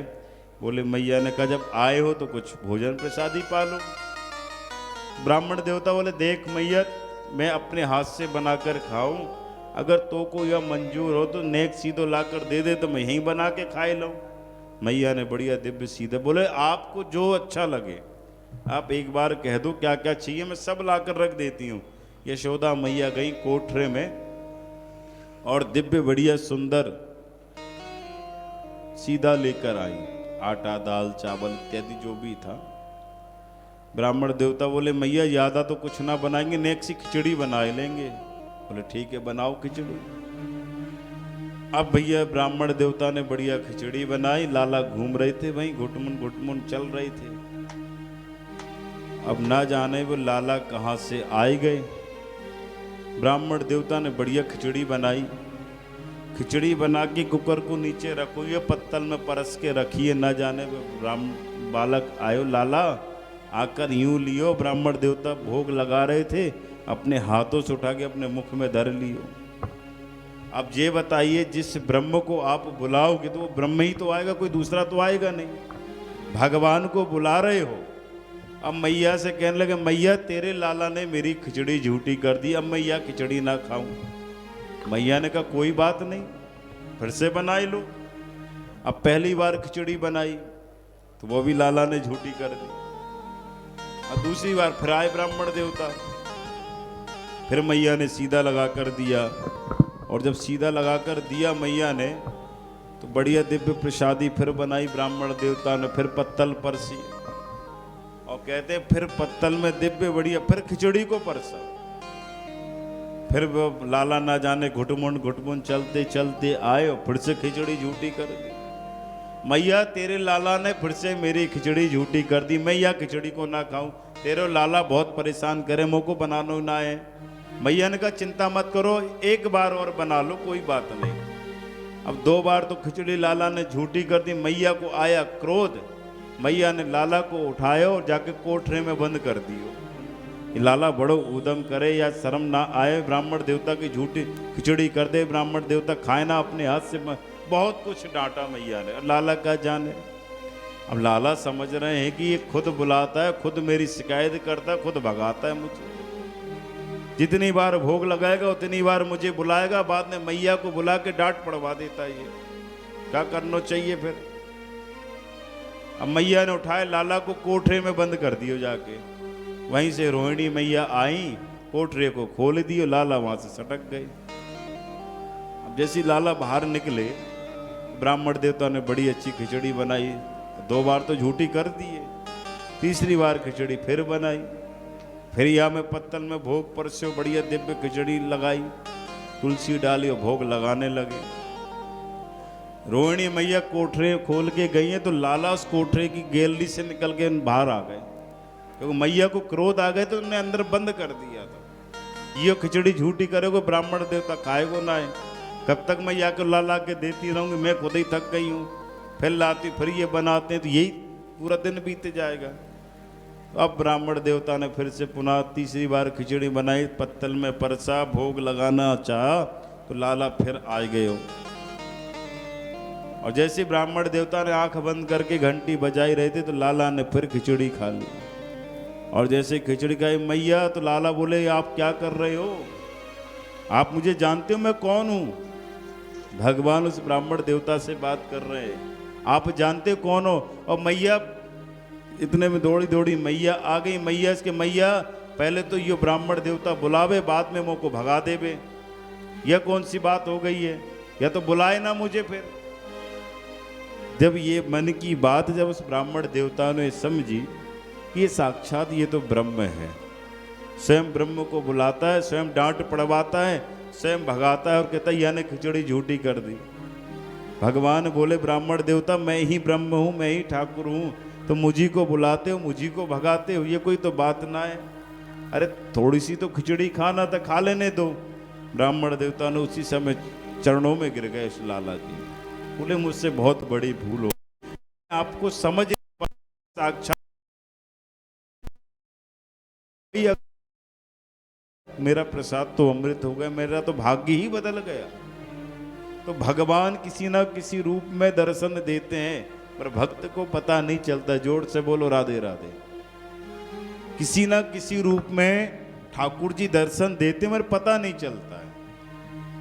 3 बार खिचड़ी झूठी करी, 3 बार खिचड़ी बनाई, तो ही मैया को क्रोध आया तो कोठरे में बंद के। भगवान तो भगवान है, वो तो अजन्मा है, कभी भी कहीं भी प्रकट हो सकता है। एक दिन मैया ने लाला को नेक पालने में सुलाई दियो। अब देखिए एक राक्षस और आ गए पीछे से, जिसको नाम है तृणावत। कंस का भेजा हुआ दूत है ये। अभी भगवान को ज्यादा दिन भी नहीं हुए हैं, ज्यादा समय भी नहीं हुआ है ठाकुर जी को अभी जन्म लिए हुए, और कोई ना कोई दैत्य रोज आ रहे हैं, रोज भगवान को सता रहे हैं। तो एक तृणावत नाम का एक दैत्य आया, ठाकुर जी को उड़ाकर ही ले जा रहा था। भगवान ने कहा कुछ तो करना चाहिए। तो भगवान ने एक पाले में सो रहे थे, जैसे ही मारी लात मिलाकर तो जाकर वो दूर गिरा। जितनी पुराने समय की जो मटकियां रखी थी सारी धड़ाधड़ फूट गई। मैया पास आए ब्रजवासी, मैया बोली लाला ने अंदर गीत गा इत्यादि चल रहे, तुम लाला को ध्यान रखियो, लाला अगर जाग जाए तो मोको ने खबर कर दियो। ठीक है कर देंगे खबर हम। तो ब्रजवासियों के हवाले छोड़ गई मैया लाला को। उसी समय एक दैत्य आ गया, लाला को आकाश में उड़ाकर ले गया। भगवान ने कहा हमसे भी बड़ा ब्रह्म है ये तो। भगवान ने मारी जोर से लात। ब्रजवासी बोले मैया सच्ची कह रहे, झूठी ना बोले, क्योंकि बच्चे कभी झूठ नहीं बोलते, सत्य बोलते हैं। बोले तेरे लाला ने पाले में से लात घुमाकर यूं मारी तो वो दैत्य जाकर वहां गिरा। मैया बोली लाला पागल हो गए, नेक सो छटांग सो लाला यो का लात मारेगो। बोले मैया हम सच्चे जोशी है और सच्चे बालक है, हम झूठ ना बोले आपसे। अभी हाल कोई दैत्य आयो, तेरे लाला ने पालने में से पैर को बढ़ायो, जो मारी लात घुमाकर तो वो दैत्य जो था जाकर कितने दूर जाकर गिरा। पुराने समय की सारी मटकी फोड़ दी उसने। भग मैया बोली भांग खा के आए हो क्या? अरे नेक्सो लाला वो का जाने लात मार वो। अब देखो ब्रजवासी सब बात को समझ रहे हैं पर मैया नहीं समझ रही है। क्यों? क्योंकि मैया तो उनको अपना बेटा समझ रही है। वो तो ब्रह्म है, परमात्मा है। परमात्मा को अपना बेटा समझ बैठी तो लीलाओं को स्मरण नहीं कर रही है कि भगवान ब्रज में जब से आए हैं तो लीला करने के लिए आए। और मैया आज ब्रह्म को भी अपना बेटा बना बैठी कि ये मेरा बेटा है। बेटा समझकर प्रेम करती है भगवान से, ये मेरा बेटा है। फिर मैया ने पुनः ले गई गौशाला में, गौमूत्र से स्नान इत्यादि लाला को कराए, ने बढ़िया से काजर लगाई दियो लाला को पालने में। मैया के दिन दिन धड़कने बढ़ने की, कोई ना कोई दैत्य रोज आवे और लाला को परेशान करे तो कुछ किया जाए। रात में सब मीटिंग बुलाई गई, सारे ब्रजवासी पहुँचे और ब्रजवासियों के मध्य में छोटा सा प्रस्ताव रखा कि भैया जा दिन से नंदराव जी के यहाँ छोरा भयो है, वह दिन से कोई ना कोई एक ना एक दैत्य रोज आ रहे हो है और रोज लाला को परेशान कर रहे हो। हम यह छोड़कर यहाँ से चलना चाहिए गोकुल से कहीं और। नंद बाबा के भाई थे उपनंद। कौन थे? उपनंद। वो भी वहीं बैठे हुए थे। नंद बाबा की दो बहनें थी, नंदा और सुनंदा, वो भी वहीं थी। जब उन्हें पता चला कि ये इन्हें जाने की बात की है, तुम ठाकुर जी की नेक चेहरे पे थोड़ी सी उदासी आ गई, थोड़ी सी उदासी टाइप की छा गई कि आज अगर ब्रज को छोड़कर चले गए तो जितने भी ब्रजवासी हैं सब मुझसे रूठ जाएंगे और मैं ब्रजवासियों के बिना मैं एक पल भी नहीं रहता। मैं इतना प्रेम इन ब्रजवासियों से करता हूँ, अगर कहीं भगवान ही मुझे छोड़कर चले गए तो मैं हमारा क्या होगा। ब्रजवासी भी भगवान से बड़ा प्रेम करते हैं, इतना अद्भुत प्रेम ठाकुर जी से करते हैं। रात में मीटिंग हुई है, सबको सभा में सुनाया गया है। भगवान ने कहा, मैया ने कहा कोई बात नहीं, समय आएगा तो देखा जाएगा। क्योंकि यशोदा तो बड़ी दयालु है, जो सबको यश प्रदान कर रही, उसी का नाम तो यशोदा है। जो सबको यश दे रही हो और जिसको यश की अगर प्राप्ति हो रही हो तो वो तो इसी को तो यशोदा कहते हैं। भगवान की माँ तो स्वयं यशोदा है, स्वयं यशोदा मैया है। वो तो सबकी कृपा कर रही, सबके ऊपर रक्षा कर रही हैं। उससे बड़ी कृपा क्या हो सकती है। इसलिए यशोदा मैया ने दिव्य लीलाओं को स्मरण कराया। भगवान ने प्रत्येक लीलाएं की ठाकुर जी ने, और जितने भी ब्रजवासी सबका उद्धार किया। एक भी ब्रजवासी ऐसा नहीं है जिसे भगवान ने जिसका ना उद्धार किया हो। एक भी ऐसा ब्रजवासी नहीं है। कोई ना कोई रूप में ठाकुर जी ने ब्रजवासी सेवा करने के लिए आए, और ब्रजवासियों ने जो सेवा की है लाला की, कि लाला भी कहते हैं मैंने ऐसी सेवा पहली बार देखी है, क्योंकि रामा अवतार में तुमने बहुत सेवा की थी, अब इनको मैं कृष्ण अवतार में भी ले आया तो यहाँ भी ये सेवा ही कर रहे हैं। तो कहीं ना कहीं कोई ना कोई कृपा करते हैं ठाकुर जी। एक सेठ जी थे, बड़े कंजूस रहे, बड़े ध्यान से सुनना। सेठ जी ने कभी जिंदगी में दान नहीं किया। लोगों ने बहुत कहा, अरे सेठ जी चले जाओगे, कुछ तो दान कर दो, कुछ तो दान कराओ। सेठ जी के मन में विचार आया, भी बहुत समय है, समय आने पर दान करेंगे। अब सेठ जी की थोड़ी अवस्था और गिर गई, चलते ही नाय बने।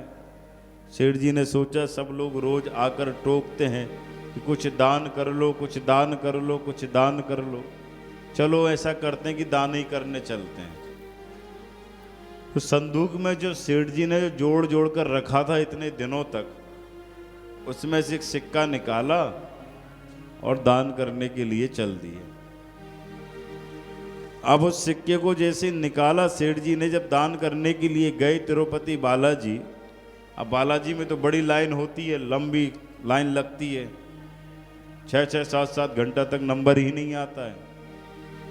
अब सेठ जी ने सिक्का निकाला, वो भी एक का सिक्का। आज दान करने गए तो क्या गए, एक का सिक्का दान करने। अरबों की संपत्ति है, लोगों के कहने पे गए दान करने तो एक का सिक्का संदूक में से निकालो, या के तिरुपति बालाजी की लाइन में लग गए। अब जब लाइन में लगे तो 3-4 लोग रह गए थे, उन्हीं की बारी आ रही थी। अब आप ये बताइए, जब आप सिक्का रखोगे, मुट्ठी में बांधोगे तो गीला होगा कि नहीं होगा? पसीने में तो भीग ही जाएगा ना वो तो सेठ जी का भाव सिक्के में भी दिख रहा है। अब इतनी देर से 6 घंटे से सिक्के को मुट्ठी में बांध रखे हैं, अब वो मुट्ठी में बंधा हुआ सिक्का पसीने में भीग गया। अब सेठ जी ने जैसे ही आया समय, लाइन में 2 लाइन रह गई थे बच्चे, वो भी गए। सेठ जी ने उस मुट्ठी को खोला तो सिक्का एकदम भीग गया पसीने में। सेठ जी ने कहा, तुम क्यों रो रहे हो? सिक्के से कहा, तुम क्यों रो रहे हो?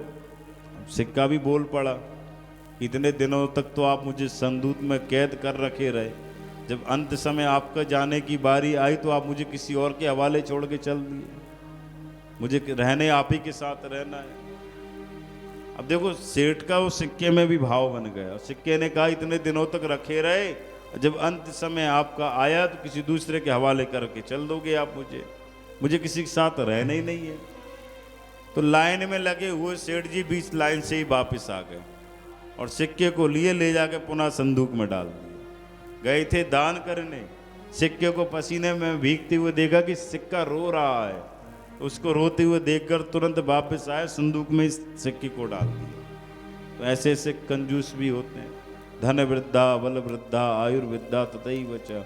कोई धन में बड़ा होता है, कोई बल में बड़ा होता है, कोई विवेक में बड़ा होता है, कोई बुद्धि में बड़ा होता है, कोई ना कोई किसी रूप में बड़ा होता है। मगर आज सेठ जी ने उस सिक्के को भी देखते हुए मन में विचार किया कि ये मैं इसके बिना नहीं रह सकता, ये मेरे बिना नहीं रह सकता। कहीं ना कहीं कृपा है। अगर जिस व्यक्ति से आपका ज्यादा प्रेम हो जाएगा, जिसके प्रति आपकी श्रद्धा हो जाएगी, फिर वो धीरे ऐसे टूटती नहीं, बहुत समय लगता है। जोर से बोले राधे राधे। थोड़ा समय लगता है। जैसी भगवत कृपा जिस जीव के ऊपर हो जाए तो समझो वो जीव भी तर जाता है।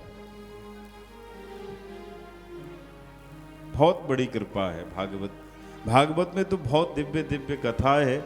मैं तो आपको सिर्फ बाल लीलाएं सुना रहा हूं ठाकुर जी की। कथा तो आप लोग सुन ही रहे हो, सुनते ही हो। कथाएं तो अथाह सागर है, जितनी गहराइयों में जाओगे उतना ही आपको आनंद आएगा। ये बाल लीला तो आपको कम सुनने को मिलेगी ऐसी। अब वो भी हम देखो प्रयास ब्रज भाषा कोई कर रहे हैं, यहाँ वहाँ की भाषा भी ना ही बोल रहे, ब्रजई भाषा में चल रही है कथा। तो लाला ने सबसे पहले तृणावत का उद्धार किया, फिर एक और बहुरा बनकर आया, लाला को उठाकर ले गया। एक दैत्य और आया, सीधे आकाश में उड़ाकर ले गया। और जब आकाश में ले गए तो भगवान ने उसी समय सब गलियों में नजर मार ली। ये ललता को घर है, यह विशाखा को घर है, यह घर में चोरी करना, अब यहाँ चोरी करेंगे हम। सारी गलियों को स्मरण कर लिया ठाकुर जी ने। उस दैत्य का भी उद्धार कर दिया भगवान ने। भगवान ने जितने भी दैत्यों को मारा सबका उद्धार किया है। कोई भी जीव यहाँ वहां नहीं भटका है, सीधे भगवान के चरणों में जाकर गिरा।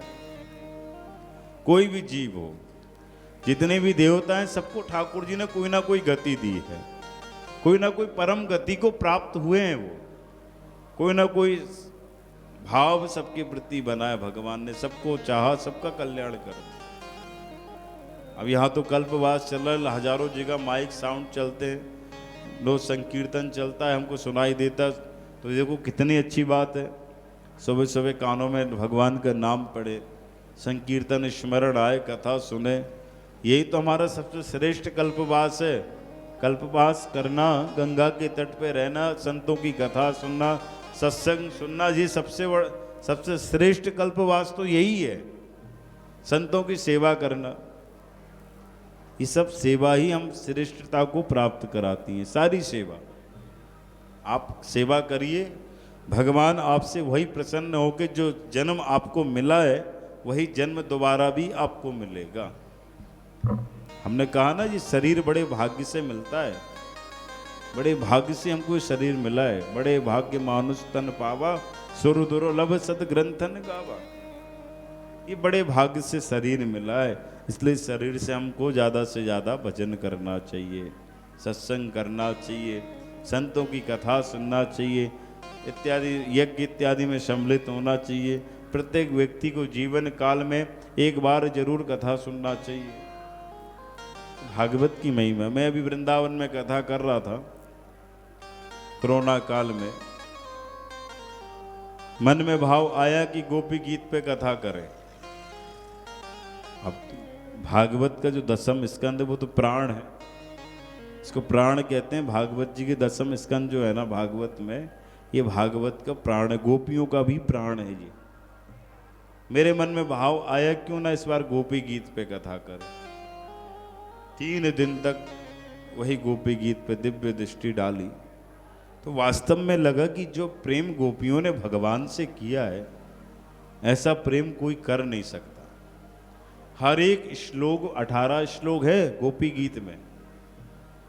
गोपी गीत में 18 श्लोक है। वो कहते हैं 19वें स्वयं सुखदेव जी महाराज आ गए श्लोक बनकर। तो आपको ये बताइए, श्लोक की चिंता है कि उस श्लोक की चिंता है? उस श्लोक की चिंता है ना। हम लोग कहते हैं कि हमें श्लोक से कार्य करना चाहिए। हम इस श्लोक में है वो तो ठीक है, मगर हमें उस श्लोक की भी चिंता करना चाहिए जिस श्लोक में हमको जाना है। भागवत के प्रत्येक श्लोकों में भी हमें उस श्लोक का चिंतन कराता है, उस वहाँ का चिंतन कराता है जहाँ हमको जाना है। कहीं ना कहीं जीव अपने शरणागति में लगाकर बैठा हुआ है कि हमें इस श्लोक से निकाल कर उस परम गति की ओर ले जाए। हमें तो श्लोक की चिंता है। और मैं एक बात कहूँ, मैं कथा बहुत कम कहता हूँ, और कथा वहाँ कहता हूँ जो सुनने वाले अच्छे होते हैं। इससे आप लोग आते सुनते, मुझे भी अच्छा लगता है, और मैं समय देखकर लोगों के भाव देता हूँ। सुनने वाले हो तो उनको वही मैटर मिलेगा जो है, नहीं तो आजकल क्या है, कहानी किस्सा कहकर 2 मिनट में गाय बजाए नीचे मुंडी करे, ये चलेगा, तो वो वाला भाव नहीं है। आप लोग सब सत्संग प्रेमी हो, कथा सुनने के प्रेमी हो, इसलिए कथाओं को सुनाओ। आजकल हर घर में युद्ध चल रहा है, हर घर में लड़ाइयाँ चल रही हैं, हमें उससे क्या लेना। हम जिस विषय को लेकर चल रहे हैं उस विषय को हम पूर्णता से सुने। आज लाला की ने एक बधाई गाएंगे जन्म की, क्योंकि आज चौथा दिन है कि लीला तो हम लोग गा ही रहे हैं, मगर आज जब आरती से पहले एक बधाई गाएंगे, लाला का उत्सव मनाएंगे। और जब उत्सव मनाएंगे तो कहते वो उत्सव में भी उत्सव हो जाएगा। तो उत्सव को उत्सव मनाने के लिए ठाकुर जी के चिंतन करना बहुत जरूरी है, उनका स्मरण करना बहुत जरूरी है। जैसे मैंने कहा ना कि मुझे कथा का टाइम वैसे तो 2 बजे से था, पर हम सोचते चलो कोई बात नहीं, आराम से करो, घर ही तो, कहीं जाना तो है नहीं है, थोड़ा समय सही आराम से कथा करो, थोड़ा लेट भी हो तो भी चलेगा, क्योंकि आप लोग सब सत्संगी हो, प्रेमी हो, सुनने के लिए आए हो, तो कथा ही तो सुन रहे हो, और क्या है। जोर से बोलो राधे राधे। श्री राधा नाम से भी मुक्ति है, कृष्ण नाम से भी मुक्ति है। दोनों ही हमारे कल्याणकारी हैं, दोनों ही श्रेष्ठ हैं। जीवन में एक लक्ष्य बना लो, वो है ईश्वर की प्राप्ति। ईश्वर को कैसे पाना है? बोले उस लक्ष्य तक पहुंच जाओ।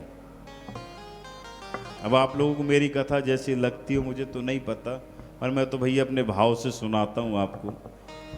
तो एक लक्ष्य को लेकर चलोगे तो भगवान के प्राप्त हो जाओगे आप। जैसे हमारा लक्ष्य क्या है? एक लक्ष्य ईश्वर की प्राप्ति, ईश्वर को प्राप्त कर लेना। दूसरा लक्ष्य है कि जीव, भटके हुए जीव को परमात्मा से मिला देना, दूसरा लक्ष्य वो हो गया।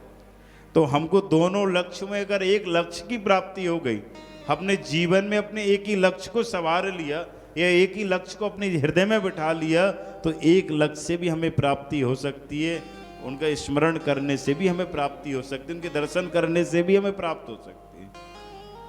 कहीं ना कहीं लक्ष्य है।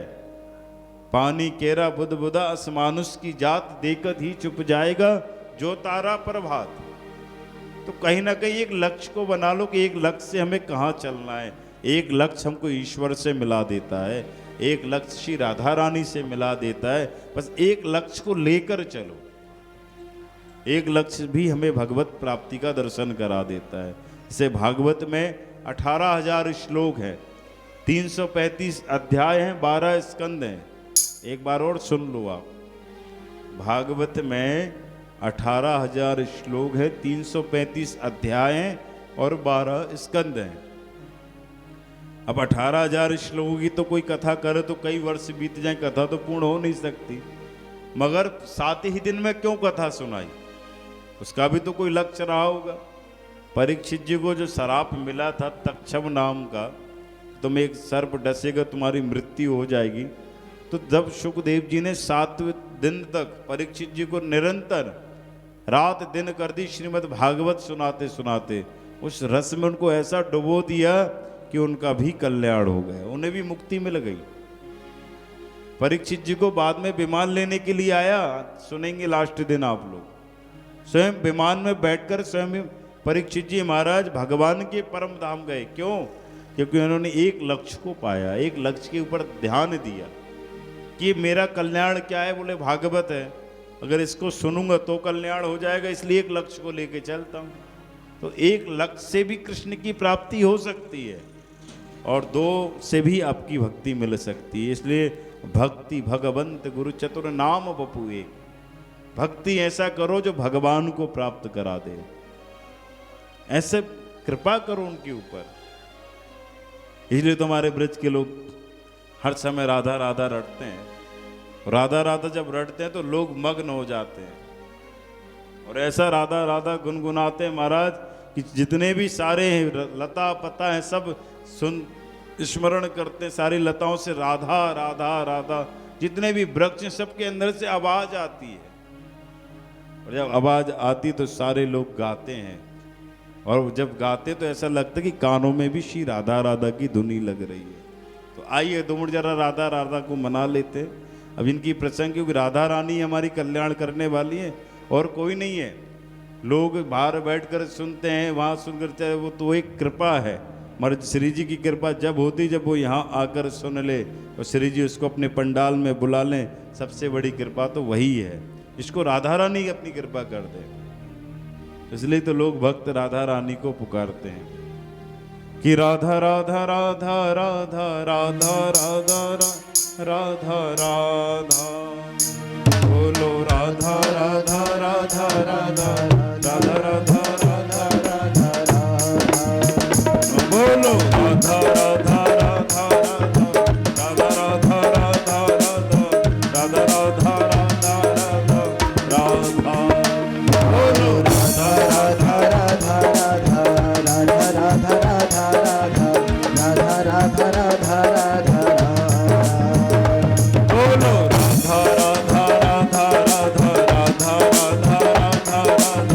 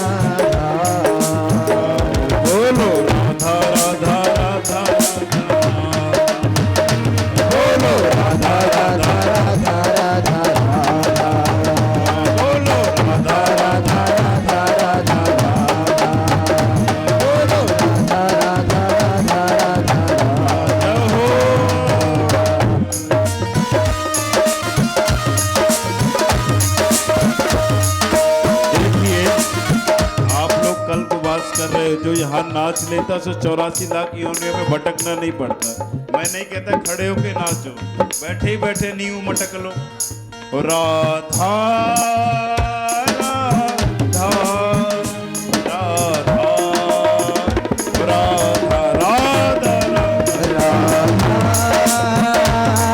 राधा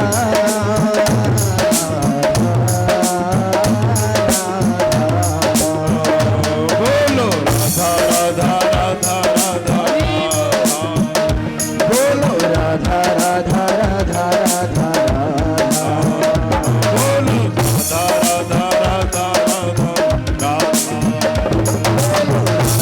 राधा राधा राधा बोलो राधा राधा राधा राधा बोलो राधा राधा राधा राधा बोलो राधा राधा राधा बोलो राधा राधा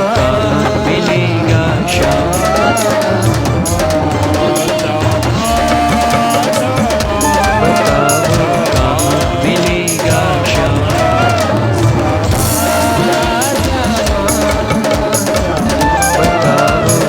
मिलेगा शाम मिलेगा शाम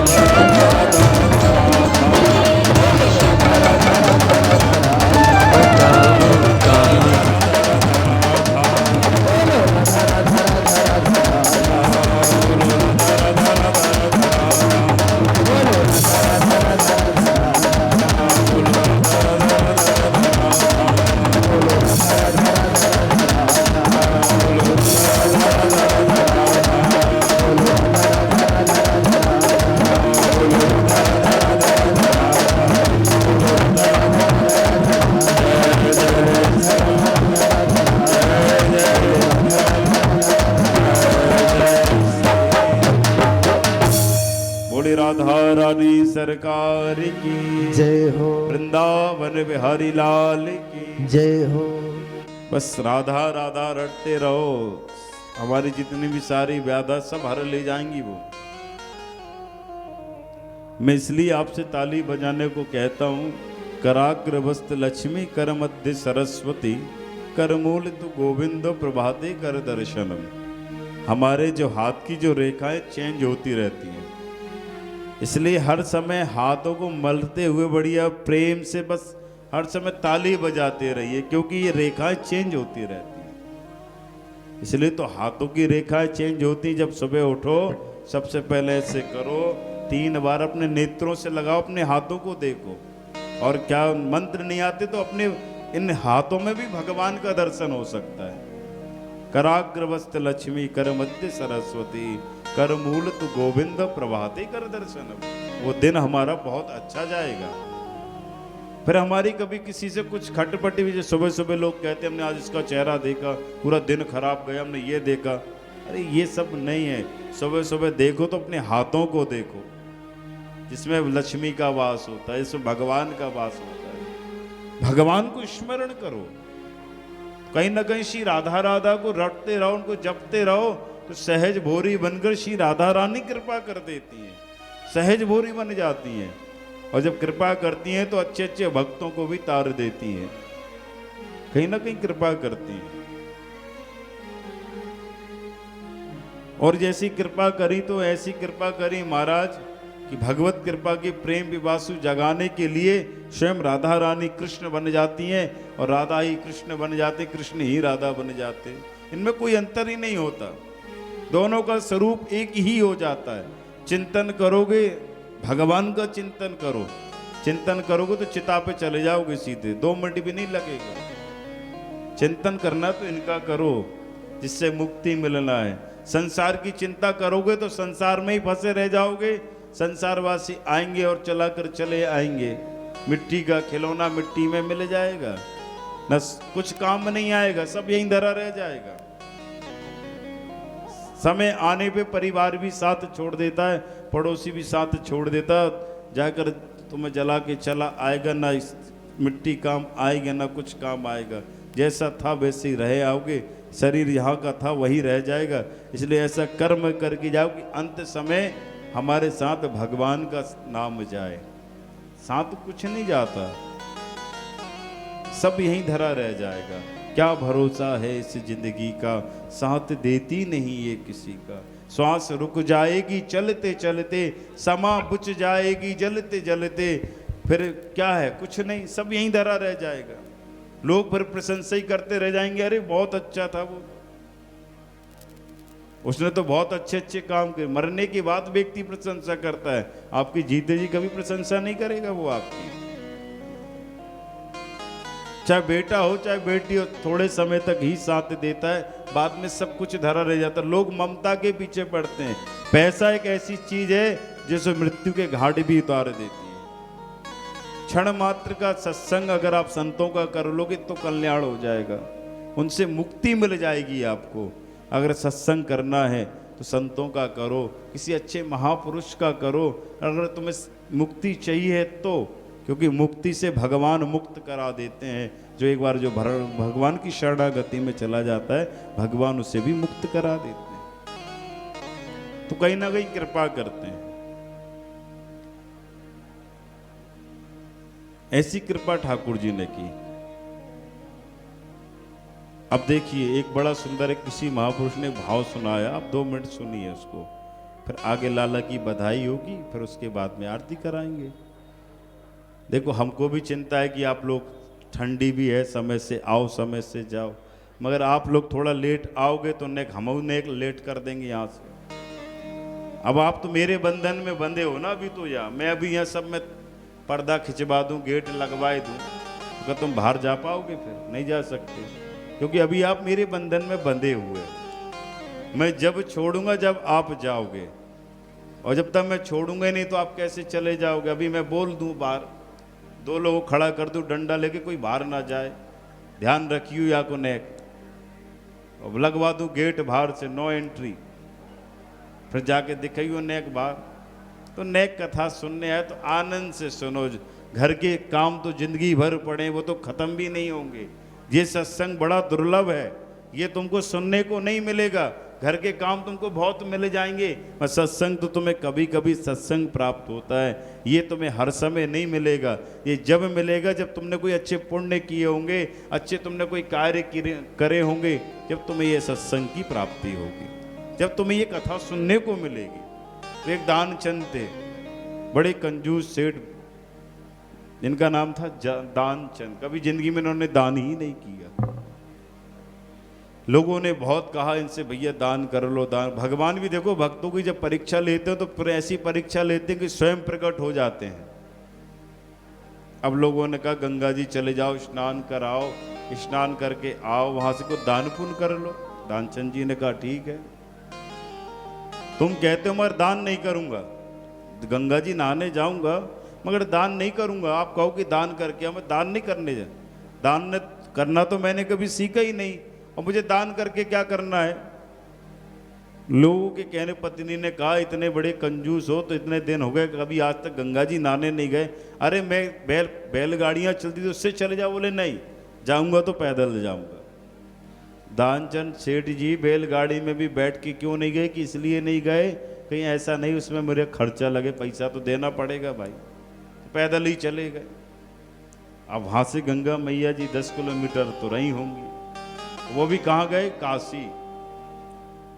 काशी गए यहाँ से, अब पैदल चल दिए, बैलगाड़ी को भी नेक सहारो ना लियो। अब काशी के घाट पे अगर आप जाओगे तो हजारों पंडा आपको दिखाई देंगे, कोई ना कोई आके परेशान तो करेगा आपको। अब काशी जैसी दानचंद जी पहुंचे तो उन्होंने ऐसा घाट देखा जहां कोई ना जाता हो। अब ऐसा घाट कौन सा है? मुर्दा घाट, जहाँ जलाने के बाद व्यक्ति चला जाता, वहां पर कोई चिड़िया भी नहीं दिखती है। उन्होंने कहा इस घाट पे जाऊंगा तो पंडा आके परेशान करेगा, यहाँ जाऊंगा तो कोई ना कोई पंडा आके परेशान करेगा, इसलिए भैया सबसे अच्छा मुर्दा घाट चुनता हूँ या कोई ना आता हो। भगवान ने कहा कि ये बड़ा परम भक्त है, इतना कंजूस दानचंद, इसकी परीक्षा ली जाए। तो भगवान ने एक ब्राह्मण का वेश धारण कर लिया। ब्राह्मण देवता स्वयं वेश धारण करके आ गए। अब भैया जैसे उसने अगल बगल देखा तो हजारों पंडा खड़े हुए, तो उसने कहा यहाँ नहाऊंगा तो ये पक्के में दक्षिणा मांगेंगे, एक काम करो मुर्दा घाट चलते, जहाँ मुर्दा जल रहे हैं वहीं नहाएंगे जाके। पहुंच गए मुर्दा घाट। अब दानचंद जी ने अगल बगल देखा, कोई दिखाई तो नहीं दिया। सारे कपड़े उतारे, कपड़ा उतार के गंगा जी में स्नान करने गए। और जैसे डुबकी लगाए, डुबकी लगाकर बाहर निकले तो उसी समय ब्राह्मण दे, अरे यजमान जी की जय हो, यजमान जी की जय हो। भगवान पहुंच गए। दानचंद ने सोचा गिन चुन के इतने घाट में सबसे श्रेष्ठ घाट मुझे लगा तो ये, यहाँ कोई नहीं आता, और ये ब्राह्मण देवता यहाँ भी पधार गए, ये घाट भी ना ही छोड़ो इनने तो। अब ब्राह्मण देवता बोले आप जैसे यजमान आते हैं बहुत सी व्यवस्थाएं कर जाते हैं खाने पीने की, आपके पास जो हुआ वही दे दो। तो दानचंद ने सोचा आज तक तो मैंने कभी किसी को दियो नहीं, यो ले बे मेरे पास आ गयो, या को क्या करना चाहिए। अब गंगा जी से जैसे निकले ब्राह्मण देवता बोले संकल्प कर लो। ब्राह्मण देवता साक्षात भगवान थे वो, उसकी भी परीक्षा लेने के लिए ब्राह्मण का रूप धारण करके चले गए। उसी समय संकल्प दिला दिया। अब संकल्प दिला दिया मैं तो भी दानचंद जी ने 1 रुपया नहीं दिया। बोले एक काम करो घर आओ मेरे। गंगा जी स्नान कर लिया, संकल्प भी हो गए दानचंद जी के, बोले घर आओ। ठीक है भैया घर आ जाएंगे। तो ब्राह्मण देवता जैसे पैदल गए थे वैसे पैदल चल दिए। अब जैसे पैदल पैदल चले घर पहुंचे तो पत्नी पूछी स्नान कराए, बोले हाँ। बोले कुछ दान करके आए हो कि नहीं, बोले नहीं दान तो कुछ नहीं किया, जैसे गए था वैसे ही आ गए गंगा स्नान करके। अच्छा अब दानचंद जी जैसे ही पहुंचे कमरे में तो पीछे पीछे पंडित जी आ गए। अब पंडित जी आए तो जो खटखटाया दरवाजा। अब दरवाजा खटखटाया तो जैसे ही पहुंचे तो दानचंद जी ने अपनी पत्नी से कहा जाओ देखो कोई आए हैं, मैं उनसे बोल देना कि दानचंद जी है नहीं। पत्नी गई, दरवाजा खोला, बोले आप कौन है। बोले आपके जो पति है दानचंद जी कुछ संकल्प दे के आए थे घाट पे, वो संकल्प लेने के लिए मैं यहाँ तक आया चल के।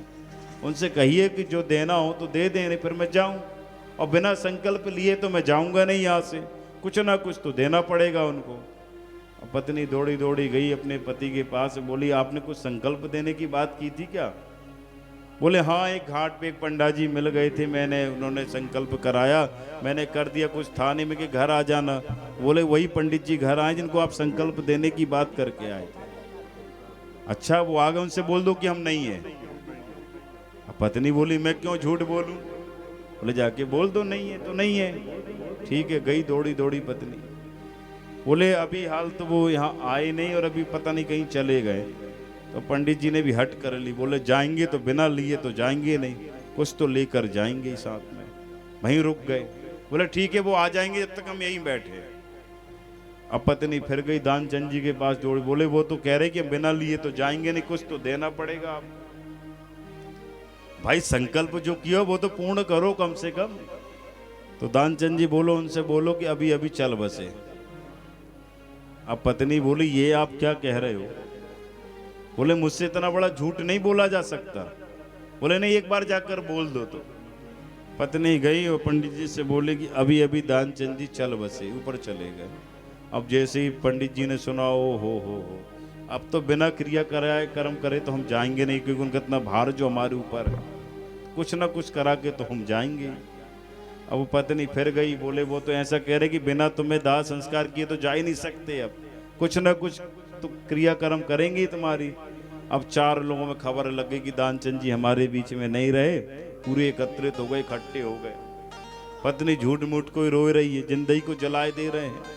और दानचंद जी ने ऐसी सांस रोकी महाराज कि एक ही सांस ना निकले, ऐसी सांस रोक ली। देखिए 1 रुपए के पीछे कितना कितना बहाना बना लिया दानचंद जी ने। झूठ बोल दिया, मर भी गए, सैया पर भी लेट गए। अब जब सैया पर लेटे जब भी देखा दानचंद जी ने अगल बगल, तो वो ब्राह्मण देव तो वहीं खड़े मिले। बोले अभी तक जो गयो ना है यहाँ से, मर दूंगा नहीं इसको 1 रुपए भी मैं। अंत में भी कह रहे दूंगा नहीं मैं। गांव वाले आए इकट्ठे, बोले अरे वो तो बहुत अच्छे थे, कैसे अचानक चल बसे। एक ने बोला भैया अभी गंगा स्नान करके आए, और थोड़ी देर बाद पता चला कि शरीर पूरा हो गया इनका। तैयारी की गई, बढ़िया दीप सजाई गई, अर्थी उनको लिटाया गया और जैसे शमशान में लेके पहुंचे उनको चिता पे धरे। ब्राह्मण देवता बोले एक काम रुक जाओ थोड़ा सा, इन्होंने संकल्प जो किया था उनका बिना क्रिया कराए कर हम जाएंगे नहीं जब तक ये पूरे जल नहीं जाएंगे। इनके सारी अस्थियां तक हम बहाएंगे, इनके ऊपर कर्जा जो है हमारा इनको देना, ये बिना दे चलेगा कौन देगा। ठीक है भैया। अब दानचंद घबरा गए कि मैं भी मरा भी नहीं, जिंदगी इनने मुझे जला दिया तो मेरा क्या होगा, मेरी तो वैसे ही मर गया मैं तो। अब जैसे ही पहुंचे दानचंद जी के पास, पंडित जी बोले कि एक मिनट कान में हम उनको कुछ कहना चाहते हैं। अब जैसे ही कान के पास पहुंचे तो दानचंद जी ने भगवान ब्राह्मण देवता ने दानचंद जी के कान में बोल दी, इतने तुमने एक्टिंग कर ली, तुमने कहा सोचो कि हमें कछु दोगे नहीं तो मर भी गए झूठा ही। अरे भाई ना दो, कम से कम सच तो बोल दो, 1 रुपया दे दो। तो भी दानचंद जी ने 1 रुपया नहीं दिया। पंडित जी ने जाके कान में मंत्र भी पढ़ दियो तो भी 1 रुपया ना आए छूटो दानचंद जी के यहाँ से। बोले लिए दियो तो कछु ना, फालतू की इतनी अखबार और उड़ाई दी। तो ऐसे ऐसे सेठ भगवान भी भक्तों की परीक्षा लेने के लिए पहुंच जाते हैं। भगवान स्वयं पहुंच गए, स्वयं परीक्षा ली, मगर दानचंद ने 1 रुपया ना दिया। कितने बहाने उसने नहीं मार ली, जोर से बोलो राधे राधे, कितने बहाने नहीं मारे तो भी 1 रुपया ना दिए। भगवान कहते आते इससे बड़ा मैंने कंजूस तो कभी जिंदगी में देखा ही नहीं। इतनी कंजूस, 1 रुपया यहाँ से छूटो ना आएगा। फिर बाद में फिर दानचंद जी की पत्नी ने उस संकल्प को पूर्ण किया। बाद में दानचंद जी ने फिर आकर भगवान से प्रत्यक्ष रूप का दर्शन किया। भगवान ने दानचंद जी को सहज रूप में दर्शन दिया। उसके बाद में दानचंद जी काशी में ही बस गए, फिर वो वहीं रहे, फिर वो गए नहीं छोड़।